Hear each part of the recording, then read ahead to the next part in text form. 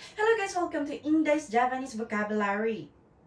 Guys, ang vocabulary po natin today ay noong nakaraang araw at gagawa. Ang gagawa pong gagamitin natin today ay paggawa ng bagay. In Tagalog, noong nakaraang araw. Basic level, kono aida. Business level, senjutsu. In Tagalog, gagawa. Basic level, tsukurimasu. Business level, sakusei shimasu. Ang pag-pronounce po ng sakusei ay sakusei. Yung I po sa huli, gagawin po natin ng Y.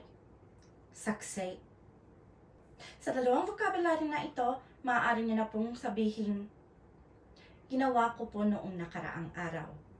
In business level. Senjutsu, sakusei shimashita. Senjutsu, sakusei shimashita. Pinalitan po natin ang shimasu ng shimashita. Dahil ang shimasu form ay sinasabi niya pa lang, hindi pa ito nangyayari. At ang shimashita form naman ay ginawa na. Nangyari na.